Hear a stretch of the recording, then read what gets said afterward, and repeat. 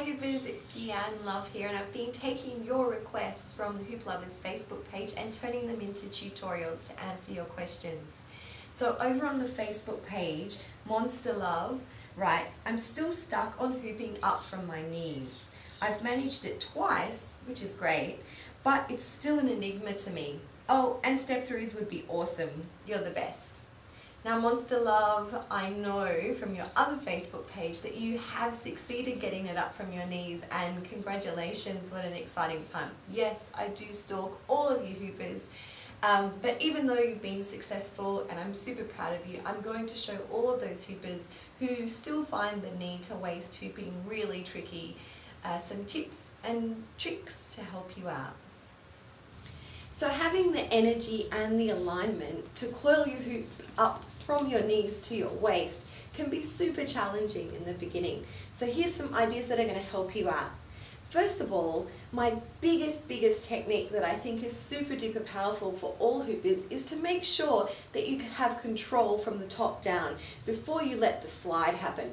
Now, what I mean by the slide is usually we have great control in our belly and our hips, and then there's nothing in between, and we slide it to our knees and, you know, hope that we catch it on our knees. But what I would suggest is that you have control in your middle thighs or your middle legs. So never let the hoop drop down lower than you have control. So for a while that might only be to your hips, but after a little longer of practicing, it's going to be lower and lower, and eventually all the way down and all the way up. Now, it was never this easy for me in the beginning. There was a lot of extra movement and on my part, a lack of understanding of how to hold my body. So I see this in a lot of hoopers, and I certainly had it myself, where as the hoop goes down, the body goes down and everything goes down. And this was just making it really hard for yourself. So another super duper big tip is just to make sure that your posture is elongated and checked in. Now by a checked in posture, I mean that your belly is nice and tight, that your bottom is in, your glutes are squeezed, your legs are activated, and your chest is up slightly. So we're not overextending in any way, and we're certainly not crouching down.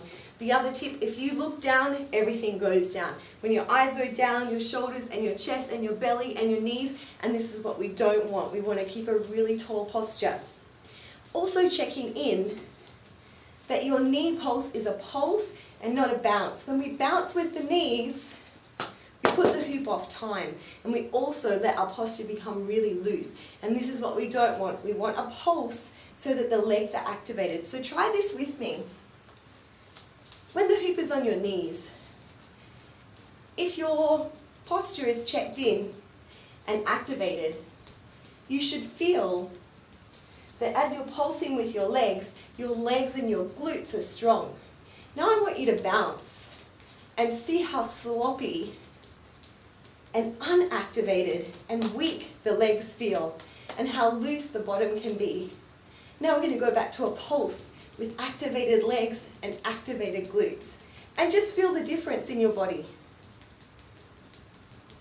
So with activated muscles, amazing posture, and full strength and control, we're going to make movement above the hoop. It doesn't matter how fast you go on your knees.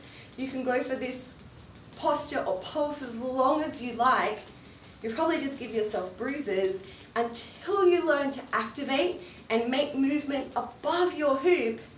It's always going to stay there. So there's a few different ways. Now I used to be a one-leg hooper. I had my right leg pushing the hoop round and round, but I think I've kind of changed over to a two-leg hooper.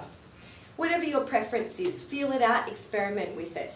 So as a one-leg hooper, I was always kind of pushing around and turning around in a circle, which is a great practice for you to try.